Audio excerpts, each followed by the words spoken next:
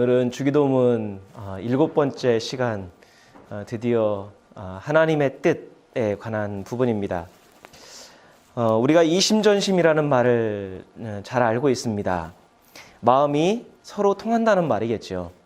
굳이 말로 다 표현하지 않아도 내 마음을 상대방이 알아주고 나도 상대방의 마음을 알아주는 것, 그렇게 마음이 서로 통하는 것이 이심전심이라는 말입니다. 사람들은 이심전심이 되는 사람들을 만나고 싶어 합니다. 내 마음을 알아주는 사람이 있다는 사실, 내 마음을 공감해주고 있는 누군가가 있다는 것이 우리의 마음을 얼마나 든든하게 합니까? 세상의 것을 다 가지고 있어도 내 마음을 헤아려주는 사람이 단 한 명도 없다면 그 가지고 있는 것이 무슨 소용이 있을까요? 생명이 없는 그것들이 우리의 마음을 위로해 주지는 못합니다. 나와 막힘이 없이 마음이 통하고 대화가 통하고 뜻이 통하는 사람이 있다면 그 사람은 진짜 행복한 사람이죠. 여러분, 평생을 같이 산 부부도, 내 몸으로 낳아 평생을 키운 자식도 내 마음과 같지 않을 때가 얼마나 많이 있나요?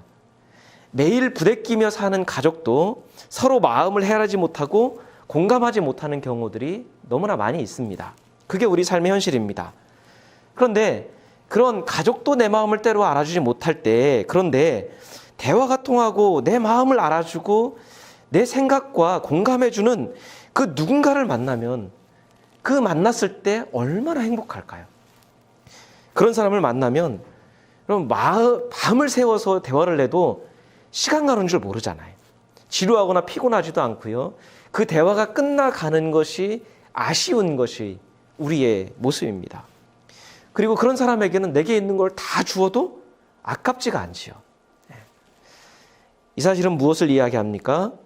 내가 마음이 통하는 사람을 내가 그렇게 간절히 만나고 싶어 하는 것만큼 누군가도 마음이 통하는 사람을 만나기를 원한다는 것이죠. 나만 원하는 게 아니라 모든 사람들이 그걸 원하는 거예요.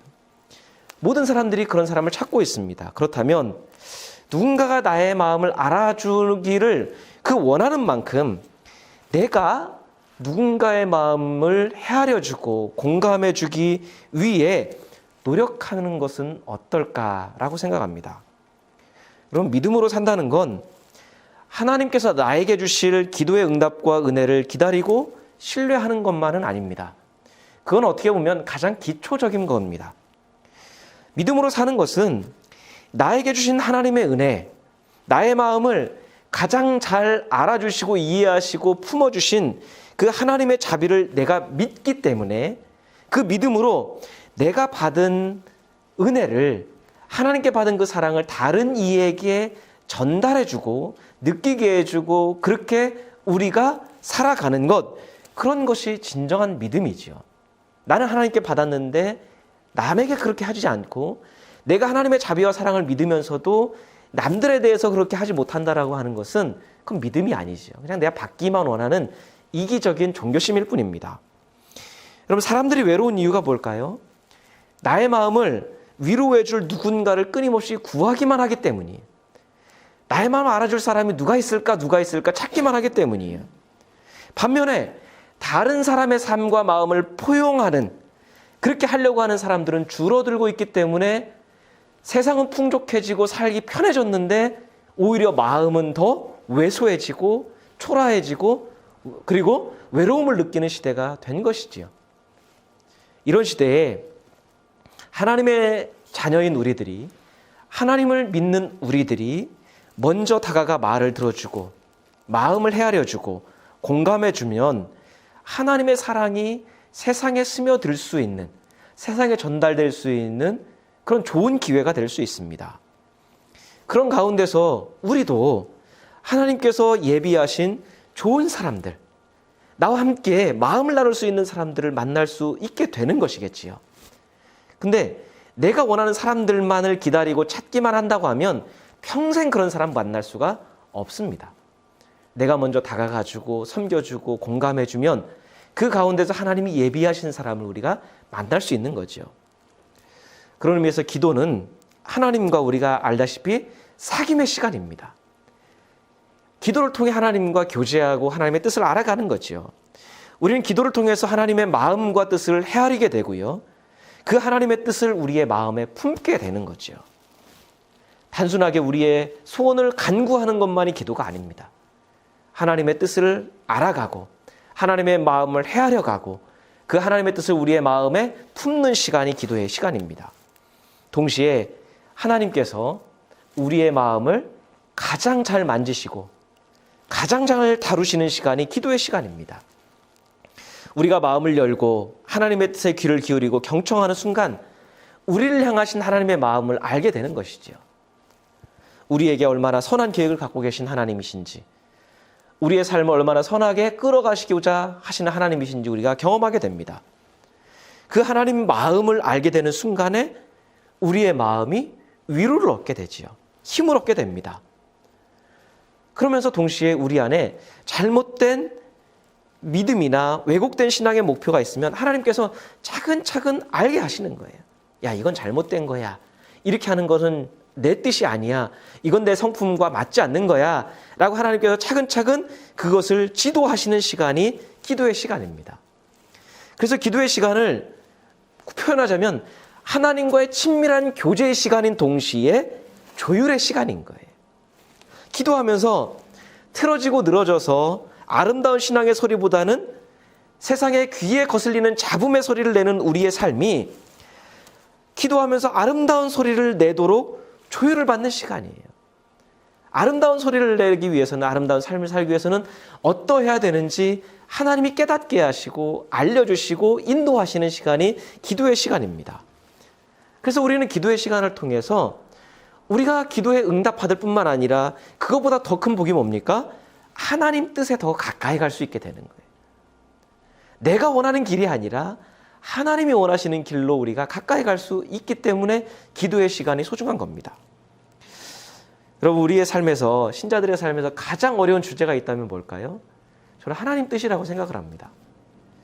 하나님 뜻을 알고 있는 사람이 없어요. 여러분, 우리 안에 내 삶을 향한 하나님의 뜻을 알고 계신가요? 내 삶이 어떻게 될지, 내가 왜 그 일을 겪고 있는지, 우리가 앞으로 어떤 삶이 어떻게 벌어질지, 우리는 그걸 하나님의 계획을 몰라요. 하나님 뜻을 우리가 가장 많이 말하면서도 가장 헷갈리고 가장 알 수 없는 것이 하나님의 뜻이에요. 개인적으로 보면 삶에 고난이 닥치고 갑작스럽게 고통을 당하게 되면 우리가 하나님 뜻이 무엇인지 궁금해지지 않나요? 왜 내가 이를 겪어야 될까? 내가 왜 이 가운데 있어야 될까? 진짜 하나님은 계시긴 할 걸까? 하나님은 나한테 선하신 걸까? 이런 순간순간 궁금해지고 헷갈리는 게 우리의 삶이 아닌가. 개인적으로 우리 그래요. 그래서 사회적으로 보면 어떤가요? 자연재해가 발생할 때, 또 법을 어긴 사람들 때문에 큰 재난이 발생하거나 사건, 사고가 발생하게 되면 도대체 하나님의 뜻이 무엇일까? 우리는 궁금해집니다. 왜 하나님은 저런 사람들을 그냥 두시나? 하나님이 계신다고 하면 왜 이런 불의하고 불법한 일들이 계속 벌어져야 되는가? 우리는 궁금해지게 됩니다. 그 상황에서, 그 현장에서 우리가 믿는 자로서 어떻게 처신해야 되는지, 어떤 말을 어떻게 해야 되는지 헷갈릴 때가 많아요. 우리조차도 하나님의 뜻이 무엇인지를 궁금하기 때문에, 확실하게 알지 못하기 때문에 궁금할 때가 있습니다. 자칫 그런 어려운 상황에서 누군가가 말을 섣불리 하게 되면 다른 사람들에게 큰 상처가 되기도 합니다. 잘못된 신앙의 태도로 인해서 잘못하면 하나님이 잔인무도한 분이 될 수도 있습니다. 어떤 분들은 그래요. 모든 게 다 하나님의 뜻이라고. 자연재해도 그렇고 또 큰 사건, 사고도 그렇고 다 하나님의 뜻이라고 그냥 쉽게 발언하는 사람들이 있습니다. 하나님께서 마치 그런 자연재해난 사고를 허락해 주시고 하나님이 그리고 그거를 주관하신 것처럼 이야기합니다. 우리가 쉽게 이야기하는 거 있죠. 때로는 우리가 회개하지 않으니까, 깨닫지 못하니까 하나님이 그 사고를 일으키셨다는 거예요. 다른 수많은 생명들을 희생시켜서 우리를 돌이키게 하시려고 한다고 말하기도 합니다. 과연 여러분 그럴까요? 일례로 세월호 사건이 일어났을 때 그것이 하나님께서 하신 일이라고 발언한 몇몇 목회자들 때문에 사회적으로 기독교와 교회가 많은 지탄을 받았습니다. 그 수많은 생명을 죽여서 우리를 깨닫게 하시는 게 하나님 뜻일까? 과연 하나님께서 우리를 깨닫게 하시려고 우리를 위해서 다른 수많은 사람들을 죽이시는 하나님이실까? 우리에게 깨달음을 주시려고 수많은 사람들에게 고통과 아픔을 겪게 하시는 그런 분이실까? 하나님 그런 분이신가요? 우리만 소중하고 그 사람들의 생명과 그 사람들의 마음은 소중하지 않나요? 하나님이 만드신 생명이면 모두가 다 공평한 생명인데, 소중한데. 여러분, 이런 생각은요, 세상을 사랑하시고 세상을 구원하시려는 하나님의 성품하고 맞지가 않아요.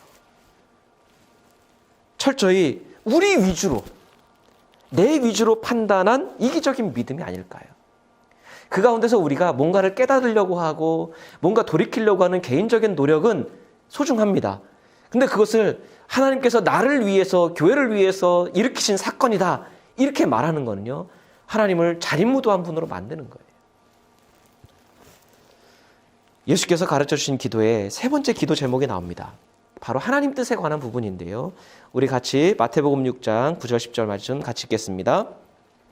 그러므로 너희는 이렇게 기도하여라. 하늘에 계신 우리 아버지, 그 이름을 거룩하게 하여 주시며 그 나라를 오게 하여 주시며 그 뜻을 하늘에서 이루심같이 땅에서도 이루어 주십시오. 예수님이 우리에게 기도를 가르쳐 주셨습니다. 신자인 우리는요, 다른 대상이 아니라 우리 아버지이신 하나님께 기도하는 거예요. 나의 아버지이신 하나님께, 우리 아버지이신 하나님께 기도합니다. 근데 그 우리 아버지는 우리를 사랑하실 뿐만 아니라 하늘에 계신 분이에요. 하늘에 계시다는 의미가 뭐였죠? 세상을 다스리는 모든 권세와 주권이 하나님께 있다는 의미예요. 기도에 응답하실 수 있고 우리의 기도를 선하게 들어주실 수 있는 능력과 주권이 있는 하나님이시라는 뜻이에요. 뿐만 아니라 하늘이 땅을 품듯이 하늘에 계신 하나님은 땅에 있는 우리의 모든 삶과 생각과 우리의 모든 것을 품으시는 하나님이라는 게 바로 하늘에 계신 아버지라는 뜻이었습니다. 그 아버지께 자녀인 우리들이 기도해야 될 것이 있습니다. 하나님의 이름이 거룩히 여김을 받도록, 그 하나님의 나라가 여기에 이 땅에 임하도록 우리는 기도해야 됩니다. 여러분, 우리가 이것을 위해서 기도한다는 것은 우리는 기도만 하고 모든 일은 아버지가 알아서 하십시오, 우리는 기도했으니까 됐다, 이 의미가 아니라고 했습니다. 기도를 통해 우리가 우리 자신을 돌아보는 거죠. 나는 과연 아버지의 이름을 거룩하게 하는 삶을 살고 있는가? 나는 그렇게 하나님 나라를 간절히 소원하는 만큼 하나님 나라가 오게 하는, 하나님 나라가 이루어지는 삶을 살고 있는지 우리는 이 기도를 하면서 우리 삶을 보는 거예요. 예수께서는 그 기도를 통해 우리 삶을 돌아보라고 하시는 거죠. 더하여 하나님, 내가 그런 삶을 살기를 원합니다. 아버지의 이름이 거룩하게 여기는 삶을, 여김받는 삶을 살기를 원합니다.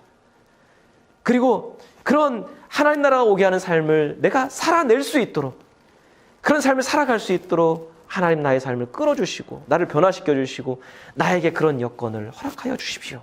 그렇게 결단하며 기도하는 것이지요. 그와 동시에 하나님을 향한 세 번째 간구, 그게 바로 뭡니까? 그 뜻을 하늘에서 이루심같이 땅에서도 이루어 주십시오. 여러분, 여기에 두 문장이 존재합니다. 하나는 뭡니까? 그 뜻을 하늘에서 이루신 거예요. 그리고 두 번째 문장은 뭡니까? 그 이루어진, 하늘에서 이루어진 그 뜻을 땅에서도 이루어 주십시오. 그럼 여러분, 여기서 하늘은 뭐고 땅은 뭘까요? 우리가 앞서서 하늘에 계신에서 살펴봤듯이, 여러분, 하늘은 우리가 알고 있는, 그리고 우리가 보고 있는 그런 물리적인 공간이 아닙니다. 우리가 어렸을 때 제가 설명드렸듯이 구름 위에 마치 천국이 있는 것처럼 항상 천국은 그런 곳으로 표현이 됐었어요. 근데 우리가 알다시피 구름 위에도 우주 위에도 어디에도 우리가 어디 건물이 없잖아요. 그럼 물리적인 공간을 의미하는 건 분명 아닙니다. 우리가 눈에 보이고 보고 있는 저 높은 푸른 하늘이 아니라는 거죠. 그러면 하늘이 의미하는 게 도대체 뭘까? 물리적인 공간이 아니라면. 근데 하늘에 대한 힌트는 그곳에서 아버지의 뜻이 이루어졌다라는 거예요. 그렇게 본다면 하늘이 의미하는 건 뭘까요? 하나님의 뜻이 실현이 되고 하나님의 뜻이 온전히 이루어지는 곳, 그곳이 하늘이에요. 예수께서 말씀하실 때 그 하늘은 뭐냐면 하나님의 뜻이 존중이 받고 하나님의 질서대로 세상이 움직여지고 하나님의 그 뜻이 온전히 이루어지고 있는 곳이라면 그곳이 하늘입니다. 그런 곳이 세상에 존재할지는 현재는 의문이지만 어쨌든 하늘은 하나님의 뜻이, 하나님의 질서가 온전히 이루어지는 곳이 하늘입니다. 교회가, 우리의 삶이 그런 곳이 됐으면 좋겠어요. 그런데 성경에서는 하나님의 뜻이 온전히 이루어졌던 곳이 한번 등장을 합니다. 어딜까요? 하나님께서 처음에 만드셨던 세상. 하나님 보실 때, 야, 좋다. 너무 좋다. 그럼 뭘까요? 하나님의 뜻이 그대로 실현되고 있기 때문에 하나님 마음에 흡족한 거예요. 하나님 처음 만드셨던 세상은 그랬습니다. 하나님의 뜻이 온전히 반영됐던 처음의 세상은 너무나 좋은 곳이었어요. 그곳에는 어떤 이기적인 욕망도 탐욕도 불의도 불법도 자리 잡지 못하고 오직 하나님의 뜻만 존재했어요. 하나님의 뜻만 존재하는 곳은 어땠나요? 그곳에서는 하나님의 뜻만 존재하니까 다른 누군가가 다른 대상에게 위협의 존재가 되지 않는 거예요. 우리가 살아가는 세상은 사람이 사람에게 위협이 되고 사람이 자연에게 위협이 되고 자연이 사람에게 위협이 되고 모든 게 뒤섞여 있습니다. 그런데 하나님이 처음에 만드신 세상은요, 누구에게도 위협이 되지 않아요. 누구에게도 해를 끼치지 않아요. 자신의 편의와 이익 때문에 상대방을 이용하지도 않아요. 하나님의 질서대로 세상이 움직이고 있었고 생명 있는 모든 존재들이 서로에게 유익을 주고받는 거예요. 서로에게 유익함만 주는 거예요. 그게 처음 만드신 하나님의 세상이었습니다. 그런데 인간의 범죄함으로 인해서 이 땅이 무너지기 시작했어요. 저주를 받게 됩니다. 처음에 땅은요, 생명의 터전이었습니다. 그곳에서는 모든 살아있는 생명들이 살아갈 수 있는 터전이고 살아갈 수 있는 모든 생명의 기운이 땅에서부터 나왔습니다. 그런데 땅이 저주를 받으니까 저주받은 땅에 대한 첫 번째 명령이 뭐였나요? 가시덤불과 엉겅퀴가 나서 사람들을, 생명 있는 것들을 괴롭히는 거예요. 하나님의 질서가 무너지는 거예요. 그리고 처음에는 어떻게 했습니까? 아담에게 짐승들이 나아왔고 아담은 그들에게 이름을 지어줬어요. 그런데 인간의 범죄함 이후에 어떻게 됐습니까? 짐승들이 사람을 피하는 거예요. 두려워하는 거예요. 무서워하는 거예요. 서로에게 친근했던 관계들이 이제 위협의 존재가 되는 겁니다. 해를 가하는 존재가 되는 겁니다. 하나님의 뜻보다는 욕심을 따르고 불의와 불법을 추구하는 곳이 되었습니다. 하나님의 뜻이 통하지 않는 곳이 되었습니다. 그러다 보니까 어떻게 해요? 그 다음부터는 죄가 성행함을 통해서 서로가 서로를 공격하고 서로가 서로에게 위협이 되고 서로가 서로를 이용해 먹으려고 하는 그런 세상이 되어버린 거죠. 인간이 죄를 지은 이후로 그때부터 하나님은 그 처음에 만드셨던 그 하나님의 세상, 하나님의 뜻과 질서가 있었던 그 아름다운 세상을 회복시키기 위해서 꾸준하게 일하신 거예요. 에덴 동산은 단지 인간이 살아가기 좋은 곳을 의미하는 게 아닙니다. 하나님의 뜻이 존중받는, 하나님의 뜻이 있는 곳이 얼마나 아름다운 곳인지를 드러내는 거예요. 하나님께서는 하나님의 뜻이 온전히 반영되었던 그 아름다운 세상을 회복시키기 위해서 사람을 택하신 겁니다. 단지 그들을 세상에서 그냥 딱 이렇게 끌어가시기 위해서, 들어 올리시기 위해서 하신 게 아니라 그 세상을 회복시키기 위해서 아브라함과 이삭과 야곱을 택하시고 그 이후로 이스라엘을 선택하시고 그리고 훗날에 교회를 택하신 거예요. 우리를 택하신 거예요. 그러니까 구원은 우리가 이 세상에서 그냥 단지 쏙 뽑아서 하늘에 가는 게 아니라요, 하나님이 살게 하신 이 세상에서 하나님의 뜻이 무엇인지를 깨닫고 하나님의 뜻대로 이 세상을 회복시키기 위해서, 그렇기 때문에 우리가 설교를 듣는 거고 성경을 듣는 거고 말씀을 깨닫으려고 하는 거예요. 그들을 통해서 하나님의 뜻이 어떤 것이 드러나기를 원하셨어요. 하나님의 뜻이 이루어지는 곳이 어떤 곳인지, 그 세상이 얼마나 아름다운지를 보여주려고 이스라엘을 택하셨는데 이스라엘이 배반을 했습니다. 교회가 그런 곳으로 만들려고 했는데 교회가 그 하나님의 뜻을 잘 받들지 못하니까 세상의 지탄의 대상이 되는 거예요. 사실 하나님이 교회를 세우신 거는 교회 안에 모인 하나님의 백성들이 하나님의 뜻을 존중받으며 살 때 어떤 일들이 벌어지는지, 그들이 삶 속에서 스며들어서 세상에 갈 때 얼마나 세상이 변화되는지를 보여주시려고 한 건데, 우리가 우리 자신만 알게 되면 하나님의 그 뜻이 이루어지지 않는 거예요. 하나님은 믿는 신자들과 교회인 우리들을 통해 하나님 나라를 이 땅에 회복시켜 가시려고 한 거예요. 그 회복되는 과정 속에서 하나님의 나라가 오게 되고 우리가 궁극적으로 주님의 나라에 들어가게 되는 거죠. 지난 시간에 말씀드린 것처럼 하나님 나라를 위해서 살지도 않은 사람이 하나님 나라를 들어간다. 절대로 그런 일 없습니다. 우리는 한번 선택받으면 구원받는다고 자꾸 이야기하지만 예수께서 와주셔서 하신 말씀 중에 뭔가요?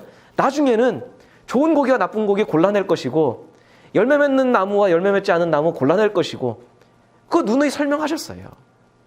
그 설명하는 대상이 누구였습니까? 하나님을 믿고 따른다고 하나님 백성들에게 그 얘기하신 거예요.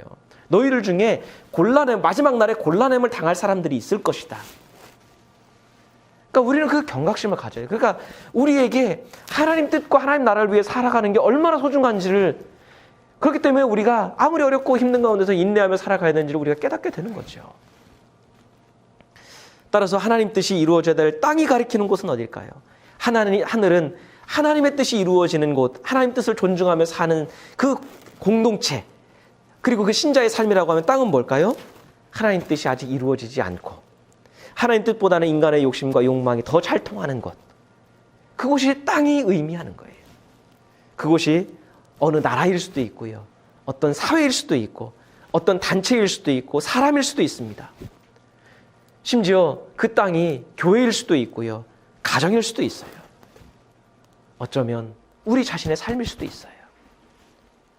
하나님의 뜻보다는 인간의 욕심이 더 잘 통한다면, 인간의 욕심과 욕망을 더 앞세운다면 그것은 바로 하늘이 아니라 땅인 거예요. 신자의 노래들은 교회 밖이나 하나님을 아직 믿지 않는 불신자들을 땅이라고 생각합니다. 하나님과 상관없는 땅이라고 생각하지만 아무리 우리가 신자라 하더라도 하나님의 뜻을 따라 살지 않는다면, 하나님께서 우리에게 요구하시는 하나님의 섭리를 거스른다면 그 삶과 그 사람이 바로 땅이 되는 것이죠. 그 가정이 땅이고 그 교회가 땅이 되는 겁니다. 예수께서 우리에게 이 기도를 시키시는 이유는 자명합니다. 이 기도를 하면서 우리의 삶이 하나님의 뜻을 이루어가는 하늘과 같은 삶인지, 아니면 믿는다고 하면서도 여전히 욕망과 욕심을 추구하는 땅과 같은 삶인지를 이 기도를 하면서 돌아보라는 거예요. 너의 삶은 과연 하늘이냐, 너의 삶은 땅이냐, 한번 돌아보라는 거예요. 그리고 우리의 기도와 믿음의 삶을 통해, 그리고 교회를 통해 하나님께서 요구하시는 하나님 뜻이 이루어지는 세상을 함께 만들어가자, 하나님이 우리에게 초청하시는 거죠. 예수께서 신자들에게 이 기도를 반드시 하라고 하시는 이유가 뭡니까? 뭘까요? 여러분, 세상에서 가장 힘든 일이 뭘까요? 세상에서 가장 어려운 일, 불가능에 가까운 일이 뭘까요? 저는 내 뜻을 포기하는 거라고 생각해요. 여러분, 하나님께 헌신하고 믿음으로 살려고 하는 사람들을 보면요, 돈을 포기하는 사람들 많이 있습니다. 권력을 포기하기도 하고요, 명예를 포기하기도 해요. 그런데 보면 내 뜻을 포기하며 사는 사람들은 많지 않아요. 내 뜻을 포기하며 사는 사람들은 많지 않아요. 내가 옳다고 생각하는 건, 내가 하고 싶은 것을 포기하는 것은 쉽게 되지 않아요.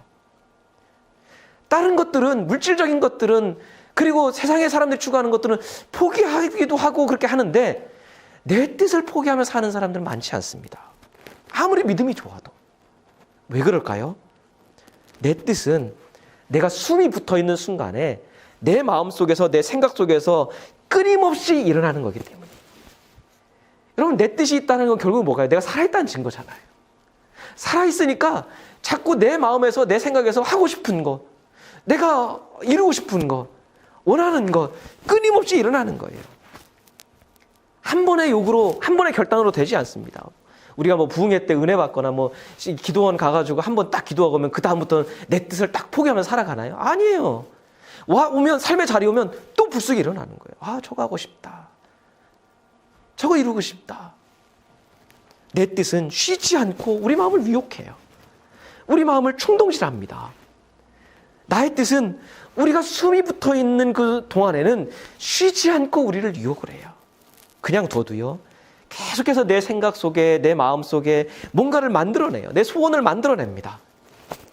그게 결국에는 나중에 어떻게 되나요? 돈으로 연결이 되고, 명예로 연결이 되고, 권력으로 연결이 되는 거예요. 끊임없이 우리를 추구하게 만들어요. 그래서 내 뜻을 포기하는 것은 진짜 어려워요. 어쩌면 죽어야만 끝나는 것이 우리 자신의 뜻일 겁니다. 예수께서는 평생을 아버지의 뜻을 위해 사셨습니다. 그런데 그런 예수께서도 십자가의 죽음을 목전에 둔 그 겟세마네의 동산에서 마지막 순간에 무엇 때문에 기도하셨나요? 내 뜻 때문에 갈등하시는 모습이 나와요. 그 갈등이 고스란히 드러나는데 누가복음 말씀 같이 한번 읽겠습니다. 아버지, 만일 아버지의 뜻이면 내게서 이 잔을 거두어 주십시오. 그러나 내 뜻대로 되게 하지 마시고 아버지의 뜻대로 되게 하여 주십시오. 여러분, 예수님이 이렇게 기도하신 이유가 뭔가요? 내 뜻이 있기 때문이에요. 여러분, 예수께서는 아버지의 뜻을 위해서 기꺼이 이 땅에 성육신하셨어요. 평생을 아버지 뜻을 위해서 사셨습니다. 그럼에도 십자가를 앞에 두고 생의 마지막 순간에 그 순간까지도 싸우는 게 뭡니까? 내 뜻이에요. 내 안에 아버지 뜻이 있고 내 뜻이 있어요. 아버지 뜻과 내 뜻 사이에서 갈등하면서 기도하시는 거예요. 우리에게 아버지의 뜻이 이루어지도록 기도하라고 하신 예수님이에요. 근데 그 예수께서도 마지막 순간까지 자신의 뜻 때문에 깊이 고민하며 기도하시는 장면이에요. 아버지의 뜻을 순간 가로막는 내 뜻 때문에 겟세마네에서 내 뜻을 포기하기 위해서, 아버지의 뜻을 마지막까지 붙잡기 위해서 피땀을 쏟는 기도를 하시는 것이 예수님이에요. 결국 그 기도로 말미암아 내 뜻을 포기하고 아버지의 뜻에 순종하실 수 있었습니다. 이것은 우리에게 무엇을 가르쳐 주나요? 우리의 평생에 잊지 말고 빠지지 말고 기도할 때마다 우리가 기도해야 될 제목이 있다면 바로 하나님의 뜻을 구하는 기도를 해야 된다는 거예요. 매일을 매 순간을 하나님의 뜻을 위해 기도하지 않으면 어느 순간 내 뜻을 따르는 것이 연약한 우리의 신앙이고 우리의 믿음일 수밖에 없음을 가르쳐 주시는 거예요. 죽는 마지막 순간까지도 하나님 뜻을 찾아야 비로소 하나님 뜻에 그나마 근접할 수 있는, 그나마 한순간이라도 하나님 뜻을 실현할 수 있는 삶을 살 수 있는 연약한 믿음이 우리에게 있다는 거예요. 우리가 믿음으로 살면서 가장 많이 고민하는 부분이 뭔가요? 바로 하나님 뜻 아닐까요? 어떤 게 과연 하나님 뜻일까? 내가 선택하고 결정한 이게 하나님 뜻에 맞을까? 우리는 순간순간을 고민할 수밖에 없습니다. 왜요? 내 욕심으로 선택한 길일 수 있거든요. 내가 그냥 정당화하고 합리화해서 내 마음대로 했는데 그런 뜻일 수 있거든요. 때로는 우리가 하나님 뜻이라고 여겨 내린 결정도 100% 확신이 없어서 우왕좌왕할 때가 있습니다. 분명 선한 양심을 가지고 믿음으로 결정한 일인데도 불구하고 일이 꼬이면 이게 진짜 하나님 뜻일까? 내가 잘못 선택한 건 아닐까? 이런 때는 정말 하나님 뜻이 있긴 한 건지 아니면 하나님 뜻이 아닌데도 불구하고 내가 섣불리 결정한 건 아닌지 헷갈릴 때가 있습니다. 저도 그래요. 때로는 심각하게 하나님의 뜻을 따르는 삶에 대해 회의가 될 때가 있죠. 언제인가요? 내 욕망도 아니고 내 편의를 위한 것도 아니고 내가 오히려 하나님 뜻을 위해서 희생하고 헌신하고 했는데도 상황이 더 안 좋아지는 거예요. 상황이 더 안 좋아지면 과연 내가 하나님 뜻을 따라 살아야 되는가? 희생하고 믿음으로 살려는 사람들은 공고하고 어려운데 불의와 불법을 행하는 사람들은 더 승승장구하고 욕망과 탐욕을 추구하는 사람들이 더 일이 잘 될 때는 걸 보면 내가 굳이 하나님 뜻을 위해서 살아가야 되나? 그럼 그런 마음 들지 않나요? 여러분, 저도 들어요. 목사인 저도요.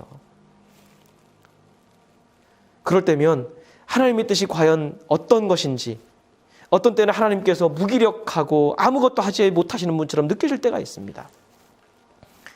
그럴 때면 확실하지 않은 하나님의 뜻을 위해 살기보다는, 그것 때문에 굳이 불편하고 고통스러운 삶을 살기보다는 그냥 다른 사람들에게 피해가 되지 않는다면, 내가 악한 삶을 살지 않는다면 굳이 희생하고 고난을 감수하지 않고 굳이 믿음대로 말씀대로 살지 않고 그냥 적당하게 살고 싶은 마음이 우리 가운데 있지 않나요? 하지만 우리를 향하신 하나님의 뜻은 분명합니다. 우리의 아버지신 하나님은 우리가 하나님 자녀답게 살기를 원하세요. 너희가 나를 믿고 내 자녀라고 한다면, 나를 아버지라고 부른다면 내 자녀답게 살아야 되지 않겠냐. 여러분, 예수께서 너희가 하늘에서 이루신 그 뜻을 땅에서도 이루어지기 위해서 기도해야 된다고 하는 건 뭘까요? 무엇을 증명하는 걸까요? 하나님 뜻이 있기 때문에 기도하라고 하시는 거예요. 우리는 아직 알지 못하지만, 우리는 헷갈리지만, 우리는 우왕좌왕하지만, 때로는 그것 때문에 믿음의 회의도 들지만 그 뜻이 있기 때문에 기도하라고 하시는 거예요. 그러면 없다면 기도하게 하실 이유가 없지요. 예수께서 보여주신 삶이 그랬어요. 마지막 순간까지 하나님 뜻을 찾으셨고 아버지 뜻 순종하셨습니다. 삶을 사시는 동안에 한 번도 예수님의 삶은 화려했던 적이 없어요. 늘 희생하시고 늘 섬기셨습니다. 어려운 자들을 긍휼히 여기셨고요. 배고픈 자들을 먹이셨고요. 버림받고 소외된 사람들에게 위로가 되어주셨어요. 평생을 희생하셨습니다. 근데 그 결과가 뭔가요? 그 결과가 십자가예요. 십자가에서 뭐라고 하셨나요? 오죽하면 나의 하나님 나의 하나님 어찌하여 나를 버리십니까? 얼마나 그 상황 속에서 두려우면, 그 상황 속에서 마음속에 고통이 있으면, 근데 하나님이 느껴지지 않음을 고백하시는 거예요. 하나님 아버지가 안 보이시는 것 같아요. 아버지가 계시면 최소한 내가 이러면 안 되는 거 아닙니까? 그런 고백 아닌가요? 그렇다고 예수님의 십자가가 실패였나요? 하나님은 예수님을 외면하신 게 아니에요. 그 십자가는 모두를 위한 희생이었고 그 십자가는 모든 일을 살리는 길이었습니다. 아버지신 하나님은 예수님을 믿고 따르는 우리들도 힘들고 어렵지만 하나님 뜻을 따라 사는 것이 때로는 곤고하지만 예수님의 뒤를 따라 하나님 뜻을 쫓기를 원하시는 거예요. 그때 우리를 도와주시고 우리를 기도하게 하시는 거죠. 우리 로마서 8장 말씀을 같이 한번 읽겠습니다. 이와 같이 성령께서도 우리의 약함을 도와주십니다. 우리는 어떻게 기도해야 될지 할지도 알지 못하지만 성령께서 친히 이루 다 말할 수 없는 탄식으로 우리를 대신하여 간구하여 주십니다. 사람의 마음을 꿰뚫어 보시는 하나님께서는 성령의 생각이 어떠한지를 아십니다. 성령께서 하나님의 뜻을 따라 성도를 대신하여 간구하시기 때문입니다. 하나님을 사랑하는 사람들, 곧 하나님의 뜻대로 부르심을 받은 사람들에게는 모든 일이 서로 협력하여 선을 이룬다는 것을 우리는 압니다. 하나님께서는 미리 아신 사람들을 택하셔서 자기 아들의 형상과 같은 모습이 되도록 미리 정하셨으니 이것은 그 아들이 많은 형제 가운데서 맏아들이 되게 하시려는 것입니다. 뭐라고 말씀하시나요? 우리의 약함을 아신다 그래요. 우리의 무지함도 아시는 거예요. 우리가 얼마나 실패를 잘 하시는지, 우리가 얼마나 잘 넘어지는지도 아세요. 때로는 우리가 하나님 앞에 잘못된 기도를 하는 것도 아시는 거예요. 뭐라고 말씀해요? 우리가 어떻게 기도해야 될지 모르지만, 우리가 너무 힘들고 어려울 때는 기도도 안 나오잖아요. 근데 그 상황에서 어떻게 하시나요? 성령께서 우리를 대신해서 간구하신다. 우리가 너무 힘들어서, 너무 낙심되고 좌절돼서 기도조차 하지 못할 때 성령께서 우리를 위해서 간구하신다는 거예요. 왜요? 하나님 뜻을 아시기 때문에. 그래서 우리 예수께서 이 기도를 우리에게 시키시는 거예요. 하나님 뜻을 붙잡아라. 하나님 뜻만 붙잡고 포기하지 않으면 성령께서 우리를 도우시고 인도하신다. 이 기도를 하지 않고서는 절대로 하나님 자녀답게 살 수 없는 거예요. 하나님 뜻을 구하는 삶을 중단하는 순간 하나님 나라도 사라집니다. 우리의 연약한 기도를 누가 도우세요? 성령께서 도우시는 거예요. 우리가 하나님 뜻을 추구할 때, 우리가 하나님 뜻을 붙잡을 때 성령께서 우리 삶을 한순간 한순간 붙잡으시는 거예요.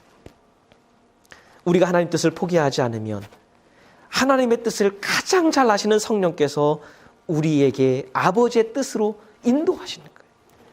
실패의 자리에서 일어나게도 하시고요. 다시 시작할 수 있는 힘도 주시는 거예요.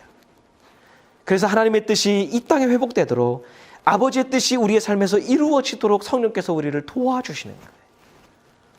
그리고 우리가 아버지의 뜻을 구하며 기도하는 만큼 우리가 아버지의 뜻대로 살도록 하시는 거예요. 하나님께서 우리를 향하셔 품으신 뜻이 뭘까요? 우리가 매주 듣는 것들이 하나님의 뜻일 겁니다. 근데 야고보 사도는 우리에게 구체적으로 우리를 향하신 하나님의 뜻이 이것이라고 가르쳐 줍니다. 우리 야고보서 3장 말씀 같이 읽겠습니다. 그러나 위에서 오는 지혜는 우선 순결하고 다음으로 평화스럽고 친절하고 온순하고 자비와 선한 열매가 풍성하고 편견과 위선이 없습니다. 정의의 열매는 평화를 이루는 사람들이 평화를 위하여 그 씨를 뿌려서 거두어 드리는 열매입니다. 네. 아버지의 뜻이 이루어지기 위해서는, 아버지의 뜻이 이 땅에 이루어지기 위해서는 자녀인 우리들이 아버지의 뜻을 따라 살아야 되겠지요. 기도만 하면 된다고, 기도만 하면 하나님이 알아서 하시는 게 아니라 우리가 그 뜻을 순종하며 살아야 되겠지요. 우리를 향하신 하나님 아버지의 뜻은 뭡니까? 우리가 이 세상을 믿음으로 살면서 아버지의 성품대로 사는 거예요. 근데 아버지의 성품이 뭔가요? 순결하고 평화를 이루는 삶이에요. 누구의 위협이 되거나 해가 되지 않는 거예요. 사람들에게는 어떻습니까? 친절하고요, 온순하고요, 자비와 선한 열매를 풍성히 맺어야 됩니다. 성령의 열매도 나았던 거죠. 그 누구에게라도 편견과 위선이 없이 돼야 됩니다. 강하고 부자이니까 좀 더 잘하고, 없고 저기 가난하니까 소외되고, 위선과 편견이 없이. 불의가 일상이 된 세상에 어떻게 되나요? 그 불의를 따라서 동조하며 사는 게 아니라 정의를 실천하면서 평화를 이루어. 근데 우리가 주의해서 봐야 될 것은, 야고보는 그냥 이것을 하나님의 뜻이라고 그냥 이야기하지 않습니다. 뭐라고 표현하나요? 위에서 오는 지혜. 세상에서 여러분 이 성품대로 사는 거는요, 사람들은 어리석다라고 이야기합니다. 미련하다고 합니다. 좀 약사빠르게 처세술을 따라 사는 사람들이 지혜로운 것이지, 이렇게 사는 사람들은 어리석은 사람이에요. 그런데 야고보는 분명히 이야기해요. 이게 지혜다. 이게 하늘에서 오는 지혜다. 세상의 지혜와 다른 거죠. 예수께서는 이 삶을 우리에게 말씀하시고 포기하지 말고 기도하라고, 인내하며 기도하라고 가르쳐 주신 거예요. 이게 가장 지혜로운 삶이다. 결국 그 뜻을 땅에서도 이루어 주십시오, 이렇게 기도하게 하신 이유는 뭡니까? 땅에서는 이루어지기 어려운 그 뜻을, 고되고 고통스러운 그 뜻을, 참고 견디기 힘들어 보이는 그 뜻을 우리가 그렇다고 포기하지 말고 끝까지 우리의 소망으로 받들며 살아야 된다고 말씀하시는 거예요. 위만 바라보지 말고, 우리가 갈 천국만 바라보지 말고, 좀 옆도 좀 바라보고, 아래도 좀 바라보고, 하나님의 사랑이 필요한 사람들에게 하나님의 뜻을 소박하게 실천하며 살라고 하시는 거예요. 내 마음을 좀 알아달라고만 하는 게 아니라 그 상대방의 마음을 알아주기 위해서, 나에게만 공감해달라고 하는 게 아니라 상대방의 마음을 공감하기 위해서 노력하는 삶이 우리에게 있어야 된다는 거예요. 하나님 나라에 대한 소망이 있다면 하나님의 뜻을 하루하루 존중하며 살아야 된다고 우리에게 이 기도를 가르쳐 주신 겁니다. 우리가 포기하지 않도록, 절대로 포기하면 안 되는 일이기 때문에 매일의 기도 속에서 우리에게 이 기도를 시키시는 것이죠. 하나님은 절대로 포기하지 않으십니다. 그렇기 때문에 우리가 이 기도를 포기하지 않는다면 우리 삶에 하나님 나라를 이루어 가실 겁니다.